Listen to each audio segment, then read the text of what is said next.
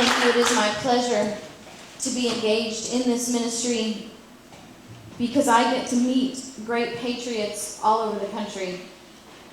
Most of the world doesn't think there's anybody conservative that lives on this coast of the United States. But I always love to prove them wrong. I am pleased to be here because what my ministry does is it challenges what you think you know. It gives you a format, a basic understanding and education so that you can pick the right employees. May I remind you that the three people that stood up here before me today are your employees. You are not their employees. You do not work for them. You do not fall at their knees to beg for their duty and for their service. They are your employees, which makes you what? Employers. My ministry is to teach the employers how to find fit employees. Because you can see, we are not dealing with a great, deep pool.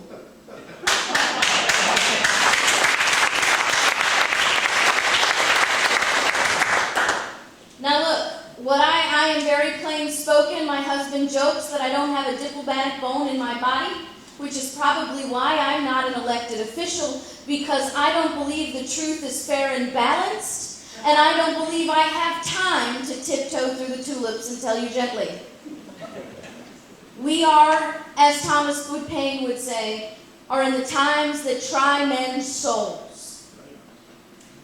And then we, the employers, must wake up and understand that our government that we are not a reflection of our government, but our government is a reflection of its people. And the reason we are having the problems in government is because we, the people, do not know what we need to know in order to make this government run in the right direction. You see, we've lost track of things. Now, we're waking up. They're all over the country. We're becoming aware of things. But there are proper roles to government that we have lost because we have come to believe many, many misconceptions. And my ministry is all about defeating misconceptions. One of the greatest misconceptions that operates in our country today is that somehow federal authority is greater than state authority. Your state governments hold more power than the President of the United States. But we have lost sight of that because we've forgotten where we've come from. Because we have fallen prey to a progressive mindset on how to think, how to read, and how to interpret our Constitution. I always find that amusing that we have to interpret our Constitution. I was a Russian linguist in the military, and I know what it means to interpret something, and the last time I checked, the Constitution was written in English. So I just find it curious that we have to interpret the Constitution. But you see, that comes from this misconception that the principles embodied in our Constitution were written in 1776.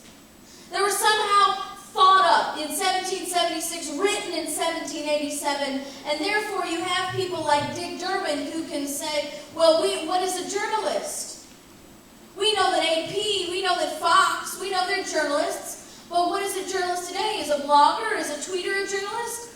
And then he asks, we need to ask 21st century questions about a document that was written over 200 years ago. Well, I'm a blogger. I'm a tweeter. My response to him was, hey, Dick, it's the First Amendment. I don't need to be government approved to have its protection. But you see, because we have fallen under this misconception that these principles were invented in 76 and written down in 87, that we've come such a long way and we live in this brave new world and the framers and the founders couldn't have possibly have known what we would see today. My goodness, what would they know about internet? When they wrote the Second Amendment, and anti-tank missiles and bazookas. What would they know about those things? How could we even think that that document would be even relevant today? And the bottom line is this: it is absolutely relevant. Because it is not written like a statute book based on specific principles or specific circumstances. It is based on principles, tried, true, historically blood-bought principles. And we've cast that all aside because we've been taught for so long, because we're so technologically advanced, that we've become so intellectually advanced, that we're smarter than they were. And after all, since we're smarter than they were back then, we have to understand that our Constitution, after all, is a living, breathing document that needs our advanced intellect to reinterpret. But our framers didn't have to live today to know exactly what they would see. They knew exactly what they would see today. Because there is nothing new under the sun. How many of you have heard this thing that says, those who do not know their history are doomed to repeat it? Can I fix that for you? Because that's not entirely true. There is nothing new under the sun. Remember, Solomon said that? Patrick Henry said, I have but one lamp by which my feet are guided, and that is the lamp of experience. I know no way to judge the future but by the past. Alexander Hamilton said, experience is the oracle of truth, and where its responses are unequivocal, they ought to be held to be sacred and conclusive. You see, history always repeats itself. Human nature never changes. There is nothing new under the sun.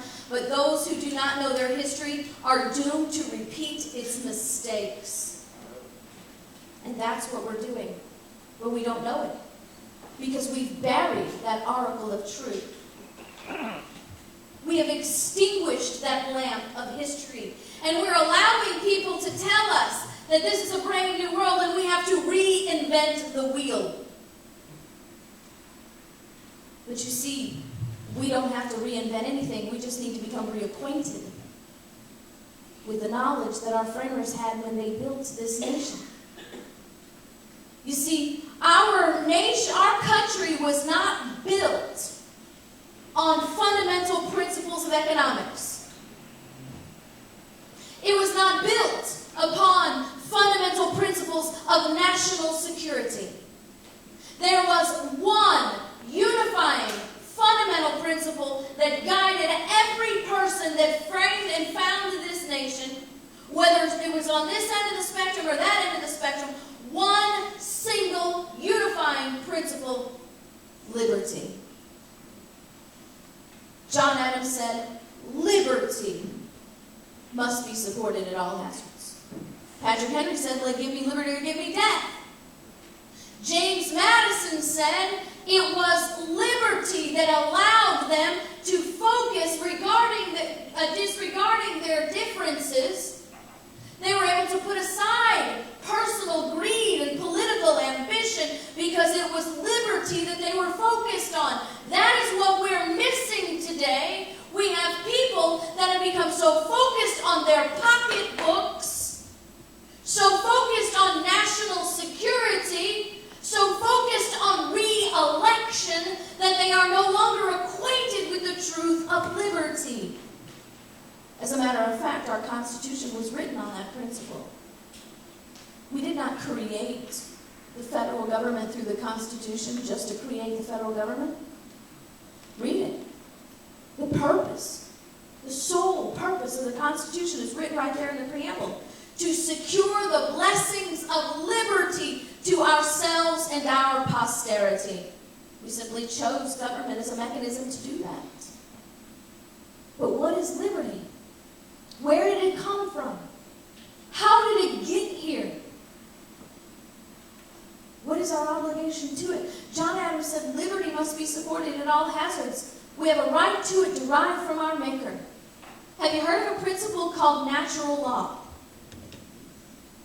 So you probably heard of a guy named John Locke. Natural law teaches that we are created in the image of God. And since we are created in the image of God, we've inherited certain things from God. One thing that we've inherited from God is freedom. Whose job here, raise your hand, whose job is it to wake up every day and tell God how to run things? My mother. Moms like to think so.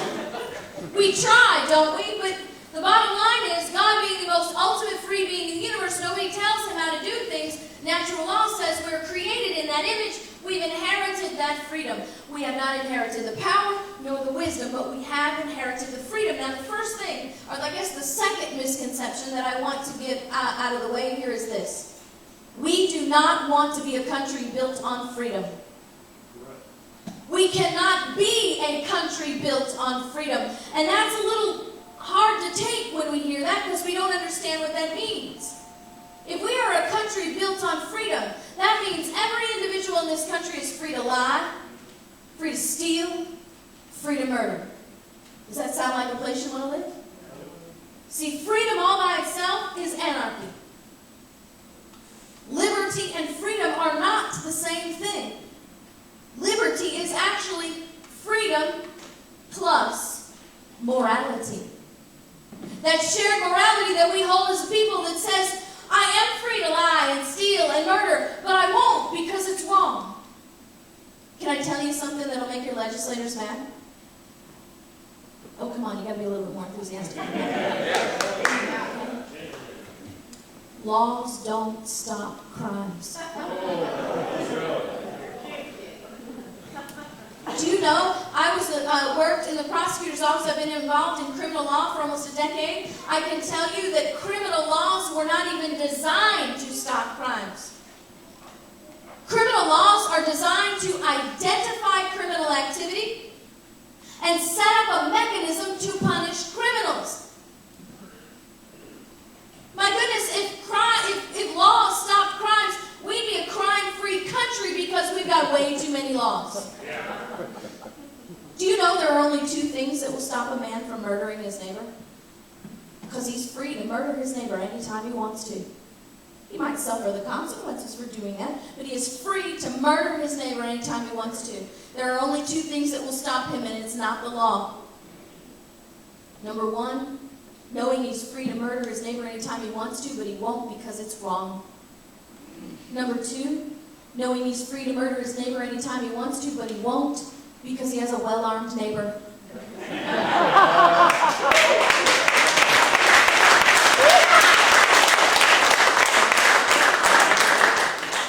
Liberty is freedom plus morality. But we don't understand that. We've set aside that history that our framers knew when they created this union. And for us, that history begins in 1041. John Adams said, liberty must be supported at all hazards. We have a right to it derived from our Maker. But if we had not, our fathers have bought and purchased it for us with their ease, their estates, their pleasure, and their blood. He's saying, my name is John Adams, and I believe liberty is a gift from God, but I cannot deny that men and women have died so that we can have that liberty today. And he said, our fathers have bought and purchased it for us. Liberty comes at a price. It is a gift, but it comes at a price to maintain it. And in 1041, John Adams' fathers were subject to a king. A kingdom, mind you, where all the rights belong to the king. All the power belongs to the king. And is simply delegated to the people as the king sees fit. When you are the subject of a king, you never know what you're going to get. Every day, your rights and privileges are subject to change based on how the king feels that day. That's how a kingdom works. That's the fundamental principle, but difference between a kingdom and a republic, by the way. A kingdom, all the power in the hands of the king, delegating rights and privileges to the people. In a republic, all the rights belong to the people, delegating power to the government as they see fit. And since we're in the habit here in my ministry of kicking misconceptions, let me just go out and throw one out here. We are not a democracy. We are not a constitutional democracy. Okay? We are not a democratic republic. That's like saying dry water. It's an oxymoron. It doesn't exist. We are not a democracy in any way, shape, or form. We are a republic because there is no difference between a democracy and a kingdom. There is not. The only difference is one guy holds all the power. The other one is the majority holds the power. Jefferson said, despotism in the hands of one is no different than despotism in the hands of 174. Because in a democracy, the mob always rules over the minority. Do you know how I know we are not a democracy? The civil rights movement would have failed. Because in a democracy, the minority never has a society-changing voice. Only in a republic, through representation, can a minority have a society-changing voice. Let me let something out of the bag, because your progressives want you to think that the civil rights movement was a federal government success. That is a lie. The federal government had nothing to do with the civil rights movement. It was not an executive order by the president. It was not a law passed through decree by the Supreme Court. It was a movement of the people through their communities, which changed through their states on the national level. Because believe it or not, Congress is an extension of the people in the states. Or at least that's how it's supposed to be. If we were a democracy, we would not look any different than we did in 1776. And so I want to ask you to make sure that you correct your employees when they call us a democracy, because what they're asking you to be is subject to a king of many kingdoms. And if they refuse to change their vocabulary, then mark them as part of the problem and not part of the solution. Because if you say so lie over and over, it won't be long before it's the truth. But Great Britain is different in 1041. Still a kingdom, just like every other kingdom in Europe, where the subjects are subject to the whim of the sovereign. But they're different. Because Great Britain in 1041 has common law. A common set of rules written down, commonly known, based on common social standards, and the idea was it was to apply commonly to all classes of people. It didn't work out that way, but that's the way it was supposed to work. And so in every other kingdom in Europe, you wake up every day wondering what your rights and your privileges are going to be, but in Great Britain, when you wake up, there are some things that are always going to be right, and some things that are always going to be wrong because they have common law. They have a king by the name of Edward the Confessor. Edward has granted the privilege of the people to meet with their barons and lords twice a year. Now, the barons and lords are about as closely related at this point in time to our legislators, because the barons and lords had direct access to the king, and they had some law-making capability. And so what Edward had done is told the people, you can meet with your lawmakers twice a year and express to them the things that you like about government and the things that you don't like about government. Now, the idea is that the barons and lords will take the suggestions of the people to the king. What do you suppose the king is going to do with the suggestions of the people? Whatever he wants, right? Are kings elected? Are kings appointed?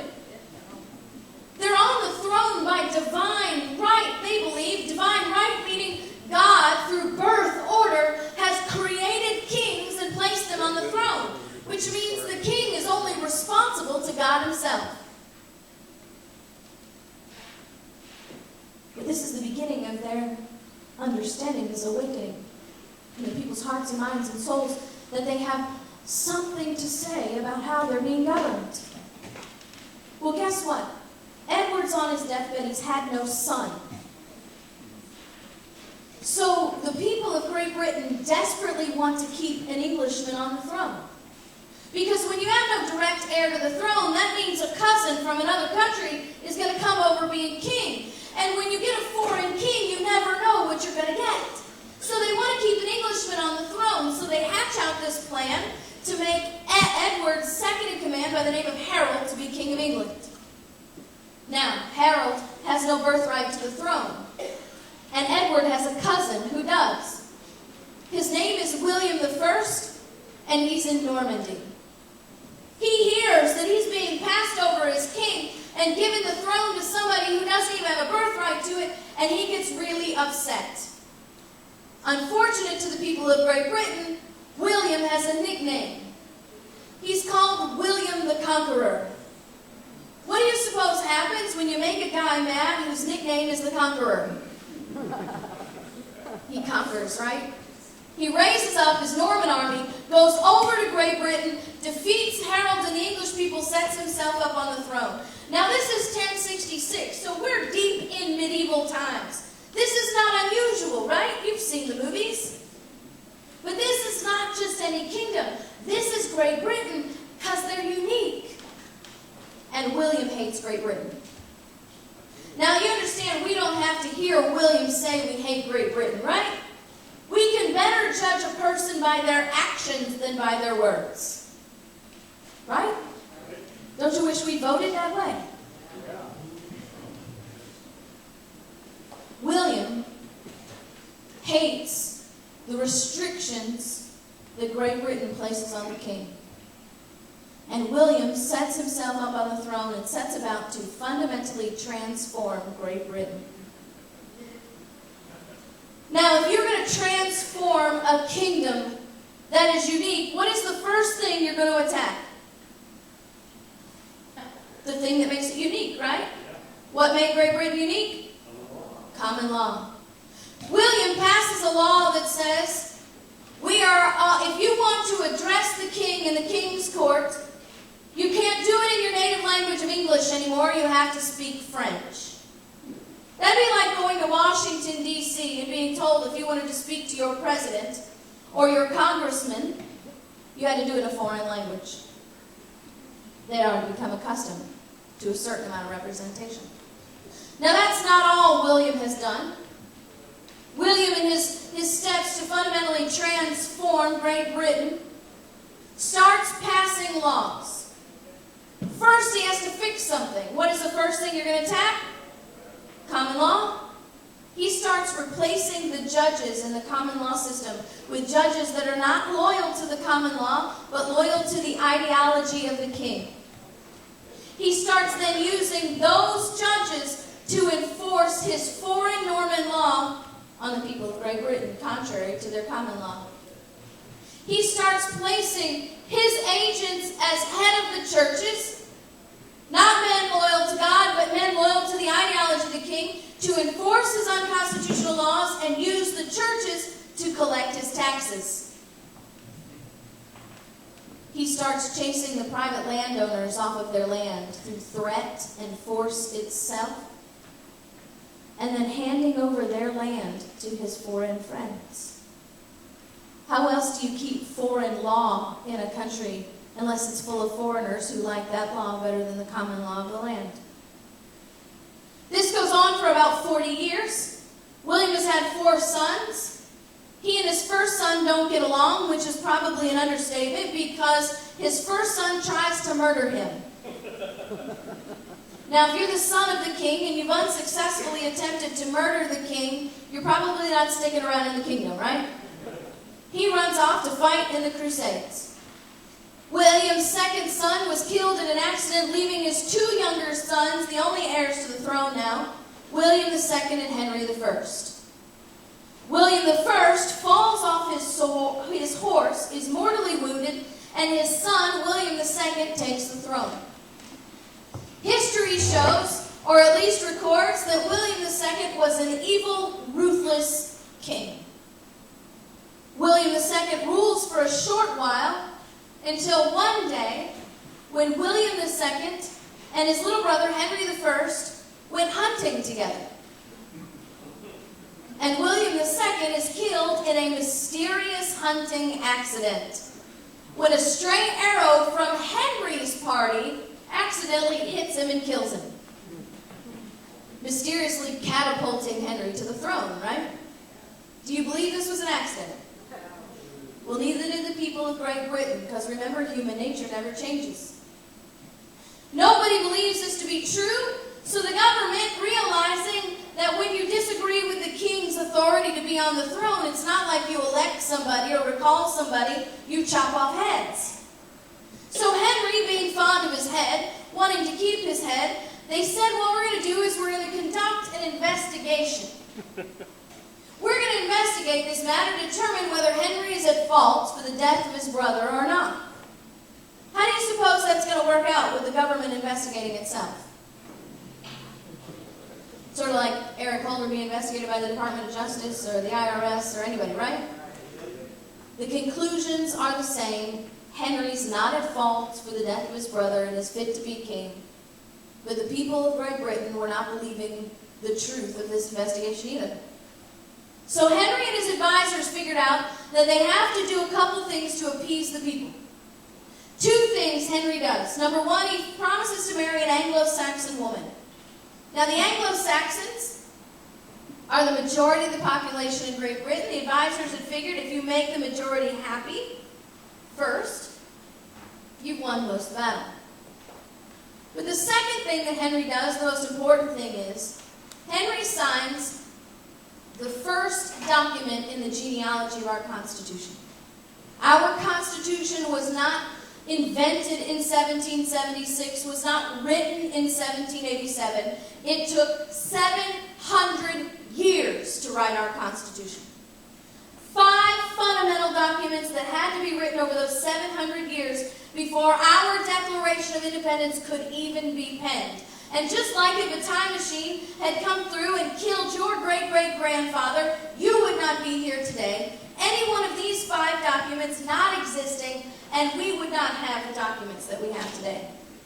That first document is called the 1100 Charter of Liberties. The 1100 Charter of Liberties was Henry's promise in writing that kings would no longer be evil and oppressive. Pretty amazing promise, isn't it? He made a list of 14 things that kings would never be able to do ever again, because if they did them, they would be evil and oppressive. Now, I'm not going to read the whole 14 to you, but I want to share a couple with you. Henry says, if any of my baron or earls shall die. Now, the barons and the earls are the property owners at this time in history. He says, if any of my baron or earls shall die, his heirs shall not be forced to purchase their inheritance, but shall retrieve it through force of law and custom. Now remember, this is written by a king who has no obligation to the people. No, he doesn't answer to them at all. And he is saying that when landowners die and the heirs to their estate have to purchase that estate from the government before they can own it again, that is an evil and oppressive government. How is it that a king in 1100 knew that death tax was evil and oppressive and our government calls it revenue? Henry also says, if any of my barons should commit a crime, he shall not bind himself to the crown, as was done in the time of my father and brother, but shall stand for the crime as the law demands and make amends that are appropriate. Because even Henry knew in 1100 that when the men who make the laws count themselves above the law or exempt from the law, you now have an evil and oppressive government. Henry signs the 1100 Charter of Liberties not because it's a great idea, but because he wants to keep his head and his throne. But the people now have a promise in writing. And when the most evil king history records that Great Britain would ever know is on the throne, they still have that promise. The year is about 1200. The king's name is John. John is a wicked and vicious king. He's a massive taxation king. He's actually the king that brought income tax to Great Britain. That's not why he's evil and oppressive, by the way. He's evil and oppressive because if you cannot pay your taxes in John's day, you're arrested, you're fined, you're imprisoned, you're mutilated. Hands, fingers, toes, feet, ears, tongues cut out. And if you're lucky, you're just simply executed. They said he was ruthless and vicious with his tax collection. You guys know John, by the way. You probably don't realize it. Ever heard of a guy named Robin Hood? That's the king in the Robin Hood story. Can we just defeat another misconception and show you how deep your socialist indoctrination goes? What is Robin Hood's claim to fame? Rob from the rich and give to the poor, right? No. Robin Hood was not engaged in redistribution of wealth. Isn't that what robbing from the rich and giving to the poor is? He was not a socialist engaged in redistribution of wealth because Robin Hood was not robbing from the rich and giving to the poor. Robin Hood was taking from the king and the court the money that had been stolen from the people through oppressive taxation and returning it to the people so they could literally live. Remember, John is murdering you if you cannot pay your taxes. Robin Hood is not redistributing wealth. Robin Hood is a liberty fighter giving the people their lives back. Something else interesting about John's day, murdering people for not paying their taxes was not enough to bring a revolution. Sounds strange, doesn't it? But history proves that when societies are only focused on economics, only focused on provision, prosperity, whatever they have in their hand, tyrants will always be able to trickle down just enough to make you a happy slave. Look what happened to Russia. They had everything taken, but they had a house to live in. They had a job the government gave them. And they could stand in line all day for toilet paper and cheese. What more could you ask for? But John commits a fundamental error. All tyrants do. You simply have to sit and wait because they get drunk in their own power and start thinking they're invincible and they can do anything. You see, the people of Great Britain have chosen a man by the name of Stephen Langton to be the head of their church. John steps up and says, I don't like this guy. I'm going to pick who the head of your church is going to be. But you see, the people stand up and say, wait a minute, John. We have a promise 100 years old. This 1100 Charter of Liberties, the very first promise Henry makes, is the church will be wholly free from government intrusion. Can you imagine a king in 1100 identifying that when a government gets involved in a church, that's an evil and oppressive government? Now that should sound familiar to you, right? That the government will stay out of the church? Isn't that the first aspect of our First Amendment?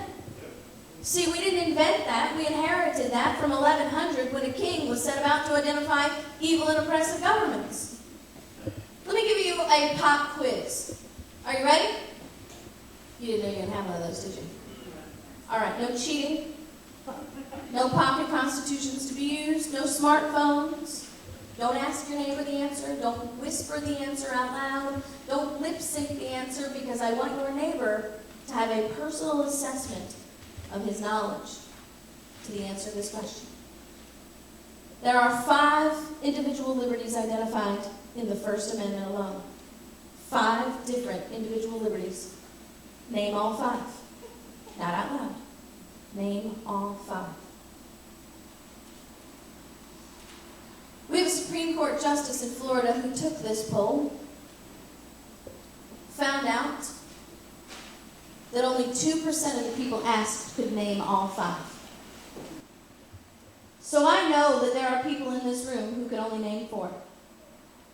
Using those statistics, I also know that there are people in this room who could only name 3. And there might even be someone or 2 people in this room who could not name 3 even. Now, I don't care where you fall on that spectrum, because I asked you this question, just that question, just so I could ask you this one. If you do not know what your rights are, how do you know they're not already gone? Because you see, the Bill of Rights does not protect your rights. The Bill of Rights was not designed to protect your rights. The Bill of Rights was designed to be an alarm that would go off when the government gets too close to your rights. Problem is that alarm's been going off for decades, and because we don't teach that stuff anymore, we don't know what our rights are. It is nothing more than a silent alarm. A revolution is brought against John, and we get the second document in the genealogy of our Constitution, the Magna Carta of 1215. Now, how many of you have heard of the Magna Carta before today? All right. How many of you heard of the 1100 Charter of Liberties before today and you didn't hear it from me? I don't understand that.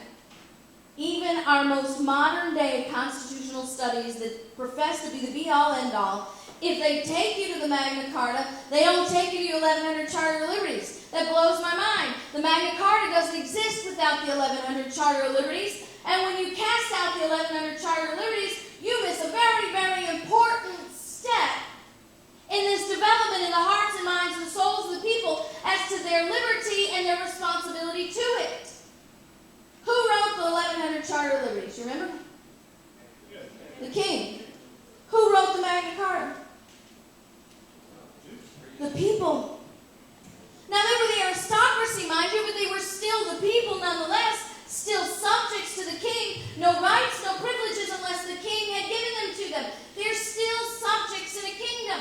But what has happened now in 1215 is the people are standing up and saying, hey, wait a minute, you made a promise. You made a promise that kings would no longer be evil and oppressive. You obviously have no idea how to keep that promise. So now we, the people, are going to rise in our majesty, and we're going to start setting the rules for the king. Because that's what the Magna Carta does. It sets the rules for the king on how he can run the kingdom and keep his promise, not to be evil and oppressive. Huge. How do you get from being a kingdom to being a republic? The first thing that has to happen is the people have to recognize their power over government. The Magna Carta says there'll be no taxation without representation. And then creates that representation. A committee of 25 men who have the authority to sit in the king's court and look the king in the eye and say, nope, can't do that. Violate your promise. King is still on the throne by divine right, not by election or appointment. Being told by men what they can and cannot do, you have to know that's not going to go over very well. Clauses 39 and 40 of the Magna Carta, the very seed to our due process clause, and our 5th, 6th, and 7th Amendments. We did not invent due process, we inherited it. Clause 61 of the Magna Carta recognizes the right of the people to petition their government. That should sound familiar too. That's the 5th aspect of our First Amendment, right? Freedom of religion, freedom of speech, freedom of press, the freedom to assemble, and the freedom to petition our government. We didn't invent any of those, we inherited all of them. John signs the Magna Carta because he's got a sword at his throat. And the people are going to remove him from the throne less than a year later. But they now have a promise. But it doesn't go over well, and they're going to have to fight for 400 years to maintain that promise and get greater advancements in liberty. The year is now 1620. The king is Charles I. Charles, history records, is a massive spending king. Whose money is he spending? People's. History says Charles loved to romp about Europe, spending on his every whim and fancy. Do you think they played golf back then? With the people's money. Charles has got a problem, though, because the Magna Carta says there'll be no taxation without representation. And that committee of 25 men is now called Parliament, and they get sick and tired of Charles' wasteful spending. They stand up to Charles and say, hey, Charles, we're not passing any more of your laws until you get your spending under control. Charles says, you know what, that's fine with me, because I'll remind you of something. I'm king. What do I need Parliament for anyway? And he dissolves Parliament. Now, did he have to physically remove Parliament from the court? Could he have simply said, where Parliament refuses to legislate, I'll just go ahead and regulate? Could he have possibly held a State of the Kingdom address and said, if Parliament will not pass laws, I will? Isn't that dissolving Parliament, declaring them impotent and irrelevant? Charles has got a problem, though, because he understands that tyrants can't be too tyrannical all at once. Because once you get too far, you run the risk of waking the people up. And remember, when you disagree with a king, you don't re-elect someone new, you chop off his head. And kings are very fond of their own heads. So he realizes now, without Parliament, that he can't pass a tax. But he wants to keep collecting the people's money and spending it. So then he remembers, as a king, he doesn't have to pass a law because kings have the power of issuing decrees. And so he issues a decree to collect the people's money. He's careful not to call it a tax, though. He calls it a forced loan. It's not a tax, it's a mandate. 7 knights stood up to Charles and said, mandate, tax, mandate. We don't care what you call this. This is a violation of our Constitution. This is taxation without representation. We will not enforce this law, and we will not comply. May I mention to you at this point that this is precisely why you must have a constitutional sheriff? Who has more power in your county? You call them counties here, right? Yeah, I mean county commissioner. Who has more power in your county, your sheriff or your county commissioner? Sheriff. Who has more power in your county, your sheriff or your state senator? Who has more power in your county, your sheriff or your federal senator?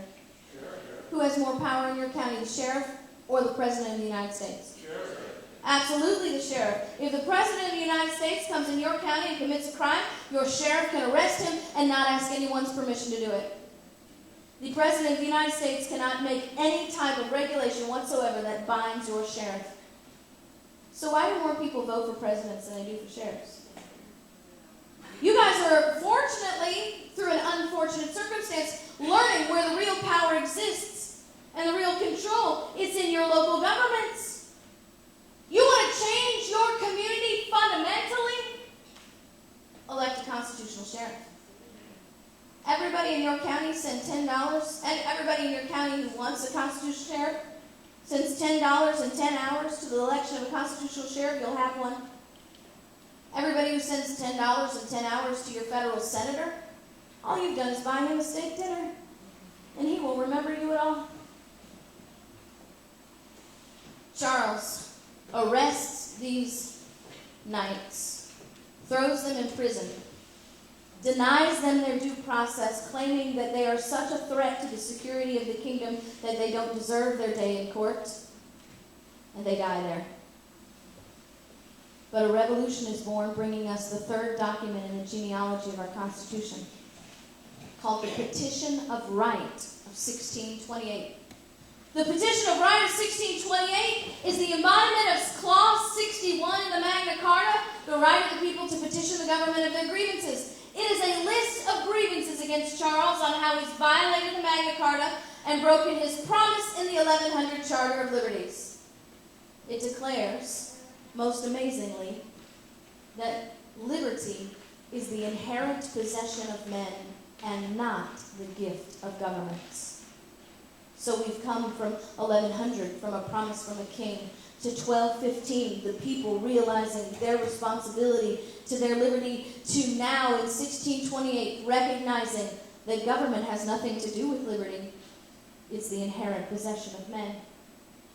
Charles signs the Petition of Right the same way John did, with a sword at his throat.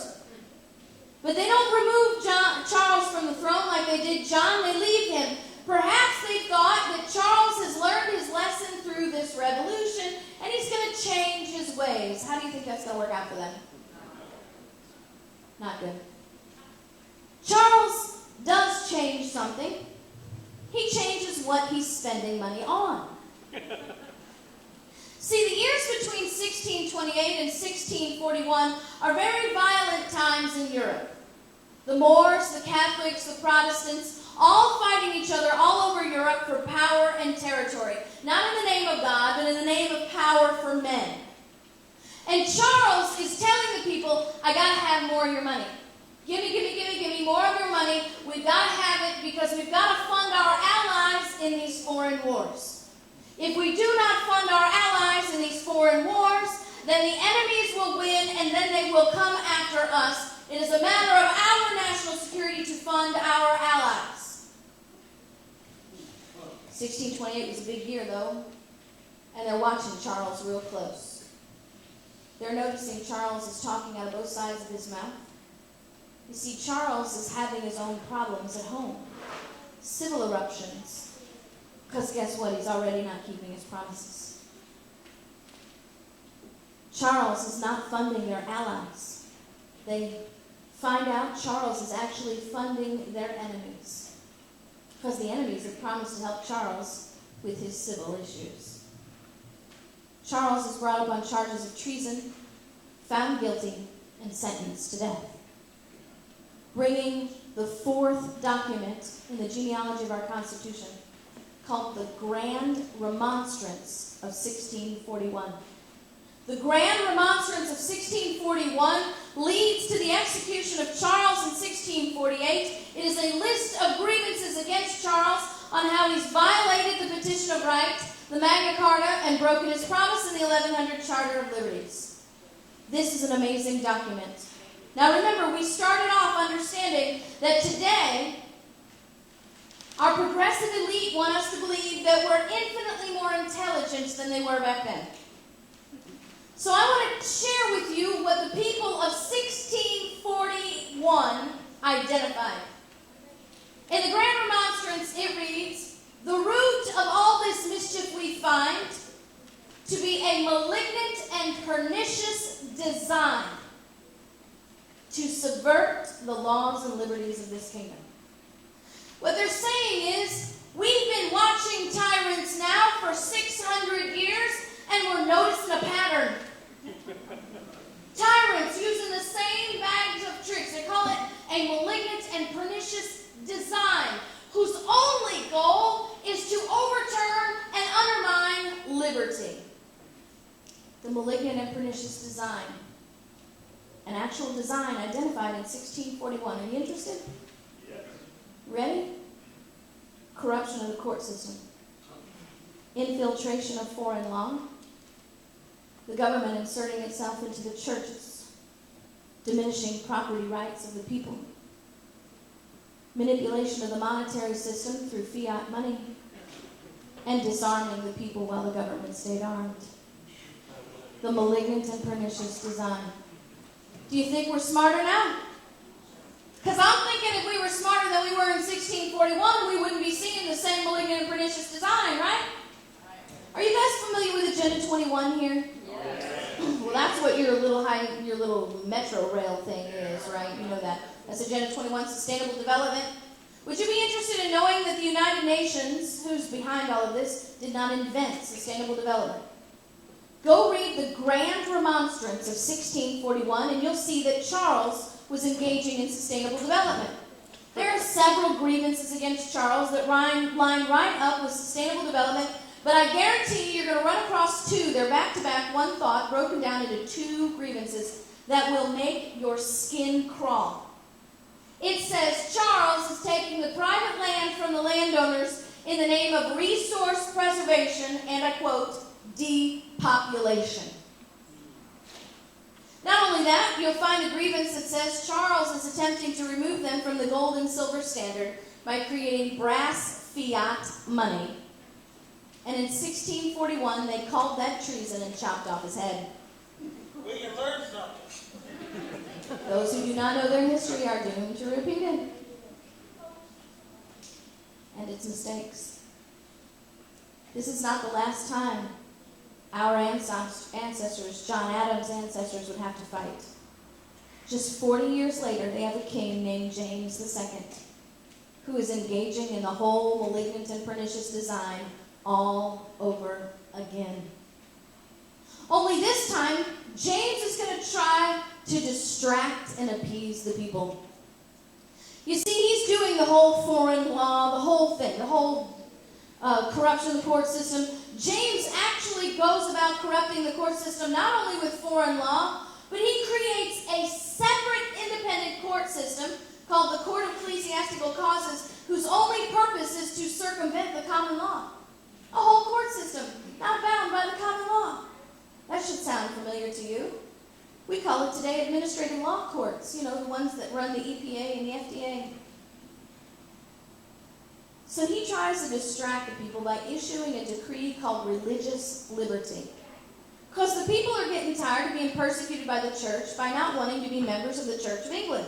So James issues a decree called religious liberty that says you no longer have to be a member of the Church of England. You can have church anywhere you want. You don't have to attend the Church of England church houses. You can have any pastor you want. You can preach anything you want, anywhere you want, anytime you want. Religious liberty. Sound great, right? Don't you know when the king gives something, you want something in return? James says, fine, you can have this religious liberty in this decree. You can have church anywhere you want, with whomever you want, however you want. But before you have church, you must let the king know where you'll be meeting, when you'll be meeting, who will be preaching, what will be said, who will be in attendance. And you must promise that you will never, ever, ever say anything that might be construed as criticism of the king, punishable by life in prison. Which in 1688 is a death sentence, right? Because prisons aren't weight rooms and cable TV back then. 7 bishops stood up to James, because James ordered that his decree be read in all the churches. 7 bishops stood up and said, wait a minute, we have a promise 500 years old that says the church will be free from government intrusion. We're not reading anything. James throws them in prison, charges them with a crime called seditious libel. Seditious libel says it is against the law to criticize the king. Now, James had learned from Charles, you got to give them their due process or they'll chop off your head. So James ensures that anybody charged with seditious libel gets their day in court, but he really has nothing to fear, because the way seditious libel is written is, truth is no defense.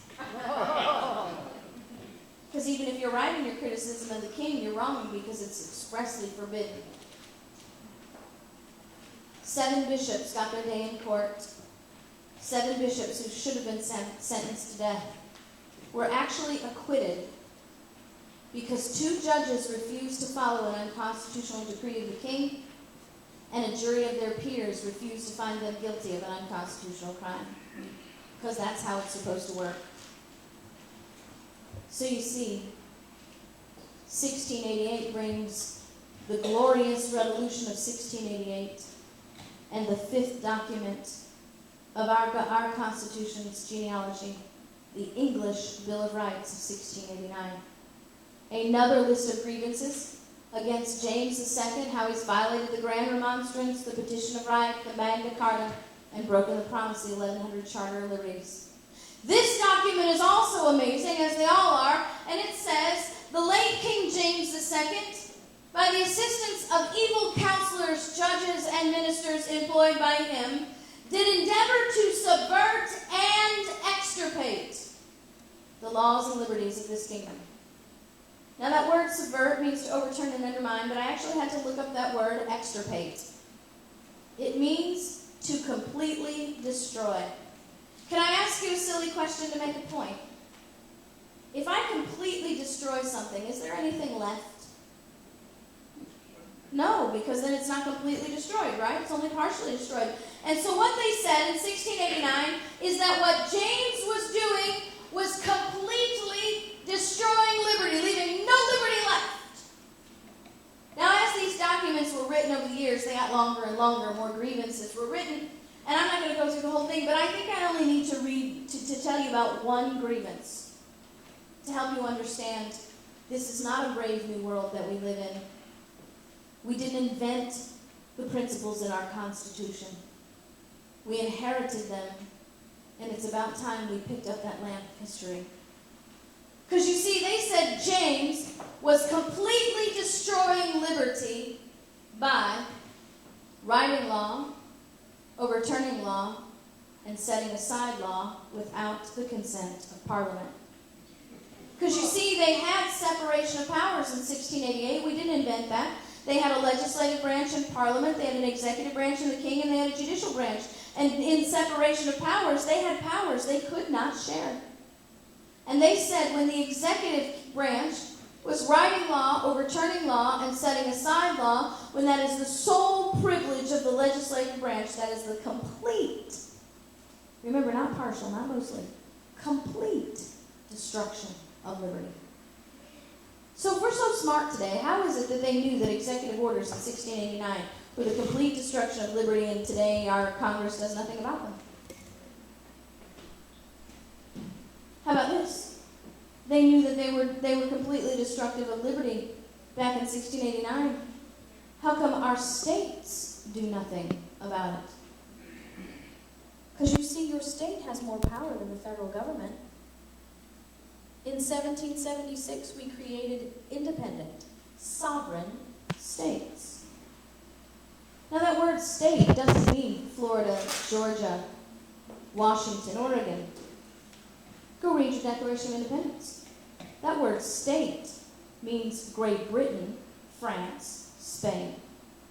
We declared independence in the Declaration of Independence from the great state of Great Britain, and then declared that each independent, sovereign, free state had all power to levy war, conclude peace, contract alliances, and engage in foreign negotiations, and every other right and authority that every other state in the world had, like France and Spain. Do you think the people in your state house realize that the state of Washington carries the same power as Germany and France? We never did anything to change that. We never surrendered our sovereignty to the federal government. As a matter of fact, the 10th Amendment secures that sovereignty. We didn't surrender anything to the federal government. The 10th Amendment declares we delegated it. Delegation is a temporary permission to use power. How many of you here are employers or supervisors? How many of you are employees who have been supervised? If your employer gives you the responsibility to do something and you fail to do that, does that relieve your employer of the responsibility of making sure that job gets done? If I'm the manager of Chick-fil-A and I delegate the responsibility to my man to make fries and he shows up one day and says, I ain't making no fries, does that mean as the manager I'm out of luck for fries that day? That means I better find somebody to make fries, right? The states delegated power to the federal government. If the federal government fails to do the responsibility the state has hired them to do, whose responsibility now is it to do it? The states. By the right of the 10th Amendment. By the protection of the 9th. So you see, in 1776, they didn't invent anything. Because the tea that went in Boston Harbor, another misconception, are you ready? Didn't have anything to do with taxes. The Sons of Liberty were not standing on that boat throwing tea in the harbor screaming, taxed enough already. They were screaming, tyrannized enough already. Go read your Declaration of Independence. You got to get to the 17th grievance before you see anything about taxes. Because you see, the Declaration of Independence isn't just a Declaration of Independence. It's another list of grievances against George III on how he's violated the English Bill of Rights, the Grand Remonstrance, the Petition of Right, the Magna Carta, and the 1100 Charter of Liberties. Because remember, he's the British king. He's still bound by all those British promises in the British Constitution. Our revolution in 76 was not about taxes. It is amazing when you figure out what it really was about. You see, Great Britain had incurred a great debt in the French and Indian War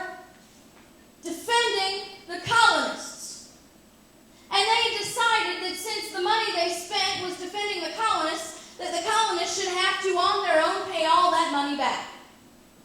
The colonists said, wait a minute, we're colonists. All the prosperity that we gain here in this new country goes back to Great Britain. We're paying you all our prosperity, and now you want us to pay for our defense at the same time? What exactly is the benefit of being colonists then? Why aren't we just independent and then we have to pay foreign countries for their aid? And then we get to keep our prosperity. And then they said, by the way, this law that you've passed that says we got to pay all this back, all these laws are being done without our representation. We don't have any representation in Parliament. Now, the king and Parliament had a totally different perspective on this. They said, well, of course you have representation here in the colonies. We have people here in Parliament who have volunteered to represent your interests. The colonists said, wait a minute. If they're making the laws, but they don't have to come back to the colonies and be subject to those laws, that is not representation. Can I mention to you that if the men who are making the laws are exempt from those laws, they're not representing you? King and Parliament didn't listen to the people, right? Why would they? They didn't have real representation. So they decided to collect this debt by imposing consumption taxes. Not an income tax, but a consumption tax. Taxes placed on goods and items that are essential to the needs of the colonists every day. Lumber, linen, tea, sugar, paper, ink. Long list. And then got the bright idea that if we are going to place these consumption taxes on the people, the best way to maximize our revenue is to bottleneck them into making those purchases. And then they mandated that they purchase the things that were to be taxed. We went to war in 1776 over government mandating purchases. And then they tried to enforce that law by giving the government the authority to search the people's homes without any due process whatsoever, throw them into prison if they were buying things that were not taxed, and then transporting them to Canada to be tried by the French. Why would they transport them to Canada? Because they knew the colonists would not convict each other for unconstitutional crimes, so they had to invoke an international criminal court. So you see, this list of grievances against George III was no different than the 5 previous. Thomas Jefferson did not write the Declaration of Independence. He pretty much plagiarized it from all the other grievances before. And all the principles contained within those documents, the Declaration of Independence, the Constitution, and the Bill of Rights, were not invented, were not written by our founders, but were inherited by the ease, the estates, the pleasure, and the blood of their fathers. So did you learn something this evening? Oh, yeah.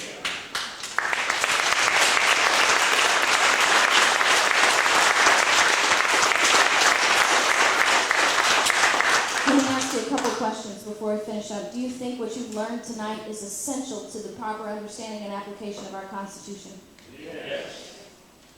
So it's unfortunate that your elected employees had to leave before we were even in the middle of this.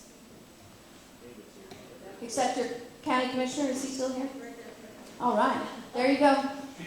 And city councilman. Oh, we got a city councilman too. The next mayor. All right.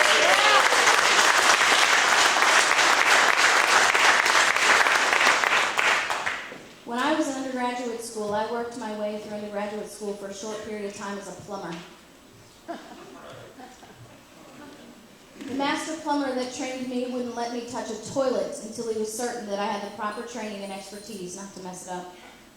That's reasonable, isn't it? So tell me something, why did I have to have more training to touch a toilet than our employees have to touch our liberty? I'm just asking you. Don't you think we need to have every one of them here? because this is what they need to know. I wasn't talking about federal government. I was talking about all government. You think just the federal government can be tyrannical? I teach all the time this principle called trickle-down tyranny.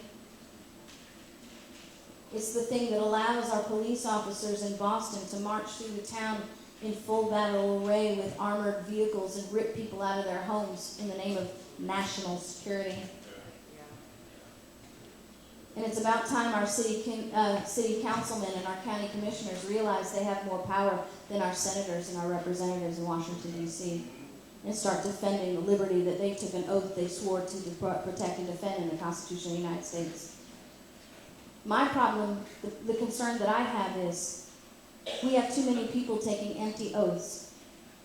They take an oath to support and defend the Constitution of the United States, and they don't have the slightest idea what the Constitution means, where it came from, or how we got the liberty that we got.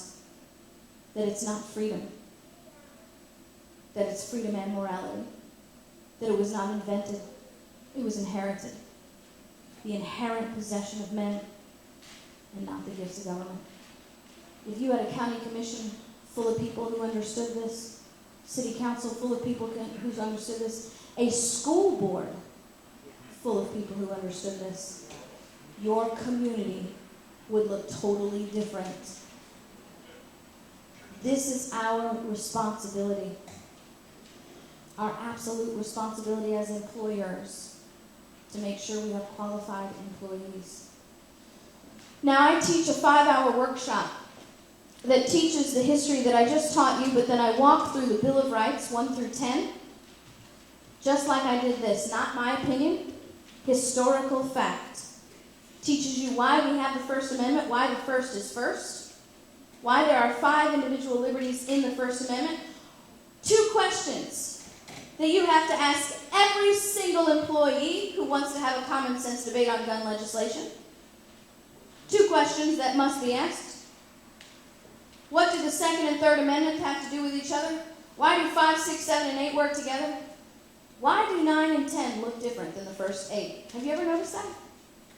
9 and 10 look completely different than the first 8. Why is that? And what happened when we ratified the 17th Amendment that changed our nation forever? These are the things that I teach in my 5-hour workshop, which I will be holding tomorrow morning at Grand Baptist Church in Beaver Creek, Oregon. So if you are interested in learning that, and I hope that you would be interested, and I hope that you would be encouraging your employees to show up as well. We are teaching that at Grand Baptist Church, 14855 South Leland in Beaver Creek, Oregon, beginning at 9 a.m. tomorrow morning. Would you be interested? If you can't make it, I'm going to make Tom perk up his ears here. Would you be interested in me coming back and teaching that here? Yes. Okay, listen. This is a ministry for me. I just want to tell you this. I don't charge anything for what I do. I have no speaking fees. I don't ask for reimbursement for travel or accommodations. We work off the sale of the books in the back and donations of people. Now, I'm not telling you that to pat myself on the back. I'm telling you that because if you want me to come and teach, there's no excuses. I went to Cheyenne, Wyoming to teach my 5-hour workshop to 4 people. Because I don't believe in numbering people. God told Gideon he could do more with 300 of his choice than of 3,000 of his. I don't number people because I never know who's sitting in the audience. I know one man can change the country, can change the world, and we'll talk about that tomorrow as well. If you can't make it, or if you don't want to wait for me to come back here, I have this DVD set of that workshop in the back, a 3 DVD set. It's not my husband with a camcorder. It's actually a professional recording, digitally mastered. Not that my husband would do a bad job, but I'm just saying, this is a real production. This is, we asked $30 for this. I also have 4 books back there. The easiest way for you to take with you today the history that I've taught is this book right here. Not a living, breathing document, Reclaiming Our Constitution. This is the genealogy that I taught you. How many of you realize that your schools are not teaching your children what they need to know about the Constitution and what you just heard? Well, that's why I've written 2 student books. These books teach the history that I've just taught you, and there are biographies on framers and founders that they don't get to hear about anywhere else. Like, who was the first man who died in the Revolutionary War? Anybody know? There was a black man named Crispus Attucks. Did you know that there were battalions of freed slaves that fought for our liberty? Ever heard of a guy named Ned Hector? Another freed slave that bought our liberty. Do you know there were provisions within the states that said if you were a slave and you wanted to fight for liberty, it made you a free man? Do you know what that means? That means there are men that gave their only free breath so that we could have liberty. Do you know how we honor them? We don't. We wipe them out of history and we bury their honor just to prolong a progressive agenda to keep people slaves. Who held the second Tea Party meeting? Anybody? And it wasn't Ron Paul and Rick Santelli. It was a group of women just 10 months after the tea went in the harbor. Women, led by the woman by the name of Penelope Barker, held a meeting in the home of Elizabeth King in Edenton, North Carolina, signed a pledge that they would not purchase any English-made goods until the laws that had enslaved their people had been repealed. And remember, Hillary Clinton and Justice Ginsburg and the whole feminist group want you to think our women back then were oppressed. They were fearful little church mice that would never say anything for fear of being overwhelmed by their overbearing chauvinistic husbands. Right? Do you know what they said? Keep that in mind now. Got these fearful women. They made this pledge that they would not purchase any English-made goods until the laws that had enslaved their people were repealed. They said, we are signing our names to a document, not hiding ourselves behind costumes like the men in Boston did at their Tea Party. The British will know who we are. Does that sound like a bunch of scared women calling out men for being a bunch of weenies hiding behind costumes? See, these ladies, can I speak to the ladies? These are the women that we should be holding up to honor for our daughters, and not the likes of Margaret Sanger or Hillary Clinton or Justice Ginsburg. This book is geared for middle school to high school students. I'm proud to say that I have homeschool co-ops, Christian schools across the country using this to supplement their American history. Every chapter has study questions at the end, so it actually is a learning tool. I also have this book, which is the same manuscript, but this is for early elementary and non-readers. This book, pages are colorful, the chapters are shorter, and I don't know if you can see the white stanza on the red background. Every chapter has a poem in it that acts like a memory verse. So if your child who is not a proficient reader or not a reader at all can memorize that poem based on what his parents are teaching, then he's learned everything that he needs to know in that chapter. And then I have this book, Liberty First, The Path to Restoring America. What do we do next? How do we fix this? Just my 10 suggestions. 10 things that we can do as everyday citizens. We don't have to form a super PAC. We don't have to get a grant from the Koch brothers. We can simply do what we need to do in our own life, fortune, sacred honor. We ask $10 each for the books. They all help the ministry do what we do so we can continue to charge nothing at all for what we do. And so I want to leave you with a couple quotes. This one from Daniel Webster. A question that he asked his people July 4th, 1806. A question I want to ask you. Is our Constitution worth preserving? Is our Constitution worth preserving? He said, then guard it as you would the very seat of your life. Daniel Webster said, July 4th, 1806, guard it as you would the very seat of your life. Guard it not only against the open blows of violence, but also against that spirit of change. Miracles do not cluster, he said. That which has happened but once in 6,000 years may never happen again. And such a government once destroyed would leave a void to be filled, perhaps with centuries of riot, despotism, tumult, and revolution. People ask me all the time because, this is not all I do. I do not just teach. I have a radio show that runs Monday through Friday from 6 to 7 a.m. Eastern Standard Time, which means that since I'm on the West Coast for the next 10 days, it will be at 3 a.m. I also have a radio show on Sundays that airs 4 o'clock Eastern Standard Time, which is 1 o'clock your time. And I'm a mother of a 7-year-old that is homeschooled. I'm a pastor's wife. I'm away from my home in this ministry upwards of 3.5 weeks out of every month. People say, how do you do this, KrisAnne? If you are under the age of 25, please stand right now. Go on, don't be nervous. Stand up. You want to ask me how I do this? This is how I do this. Because you see, liberty is not a gift that you purchase for yourself. The liberty that we enjoy today was purchased by our fathers. Liberty is not a gift you buy for yourself. Liberty is a gift that you pay forward. But you see, the liberty that we squander today is theirs, not ours. And so I look into their eyes, and I ask myself every single day, no matter where I am, what am I doing to secure their liberty? Because if I can look in their eyes on any given day and say, well, I really didn't do anything to secure their liberty today. Sam Adams said, if we tamely suffer a lawless attack on liberty, we encourage it, and we involve others in our doom.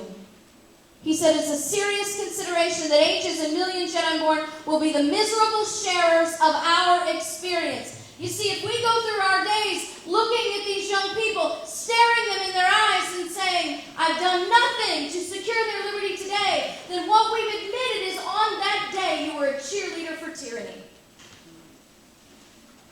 That's my motivation, and I wanted to share that motivation with you. You guys can sit down. So I will leave you with a quote from Winston Churchill.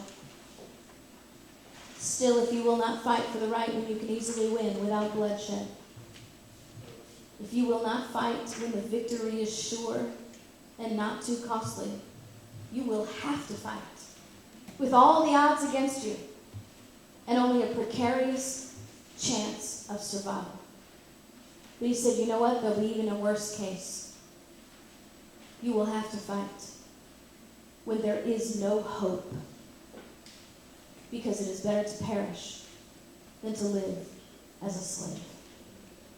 You and I may not see that fate, but if we don't do what we're supposed to do today, every day, we will condemn these young people to purchase back a gift that was supposed to be purchased by us.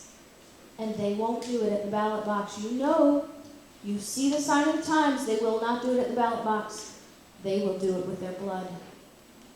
I just made the decision that I wasn't going to get to the end of my road, stand before the one who made the heaven and the earth, and explain to him why flat screen TVs, cell phones in every hand, vacations and eating out was more important than these people's First Amendment, freedom of religion, freedom of speech, their right to keep and bear arms, their right to be free from unreasonable government intrusions, and the understanding that all the rights belong to them.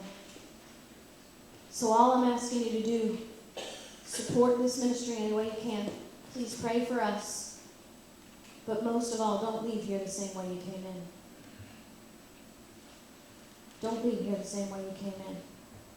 Make a commitment to stand for these young people. Because at one point in time, they'll either praise us or hate us. And that future is in our hands today. So I want to thank Tom for having the faith to bring me in. I know my name is not David Barton or Glenn Beck or Sarah Palin.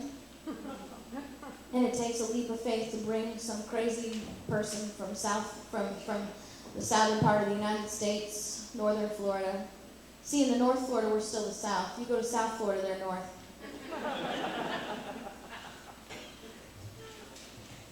But I do want to appreciate your time because I know it means a lot to you. It means a lot to me too. I hope that you'll be able to come tomorrow, and I hope that I'll be able to come back and teach because I'd love to teach you again. Thank you very much. God bless.